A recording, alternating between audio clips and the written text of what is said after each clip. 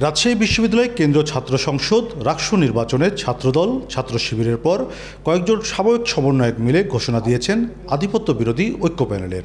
এতে মেহেদী সজীব ভিপি ও সালাউদ্দিন আম্মার জিএস পদে লড়বেন। সহসভাপতি ভিপি হিসেবে মেহেদী সজীব, সাধারণ সম্পাদক জিএস হিসেবে সালাউদ্দিন আম্মার, সহকারী সাধারণ সম্পাদক এজিএস আকিল বিন তালেব। প্রার্থীদের মনোনয়নপত্র যাচাই বাছাই শেষ। প্রার্থীদের অভিযোগ, বিশেষ প্যানেলকে সুবিধা দিতে সব হলে 1 নম্বর ব্যালটে তাদের নাম রাখা হচ্ছে। ব্যালট নাম্বার দেওয়া হয়েছে, এটা নিয়ে আমরা সাধারণ শিক্ষার্থীদের মধ্যে অনেকগুলো অসঙ্গতি বলে মনে হয়েছে আর কি। তো আমাদের জানানো হয়েছিল যে লটারির মাধ্যমে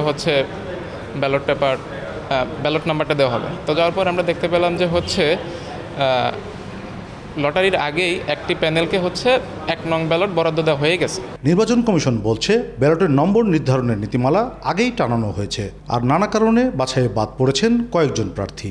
আমাদের নীতিমালাতে যে যদি আমাদের এখানে কোনো প্যানেল হয় তাহলে প্যানেলগুলোর ভেতরে সেটা আপনার করা হবে, ঠিক আছে, হ্যাঁ, নম্বর দেওয়া হবে যে, হ্যাঁ।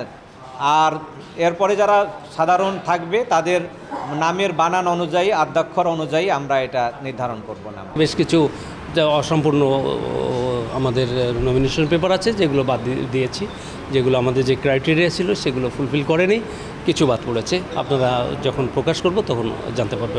রাকসু নির্বাচনে চূড়ান্ত প্রার্থী তালিকা টানানো হবে 14 সেপ্টেম্বর, ভোট গ্রহণ হবে 25 সেপ্টেম্বর। কাজী শাহেদ, দেশ টিভি, রাজশাহী।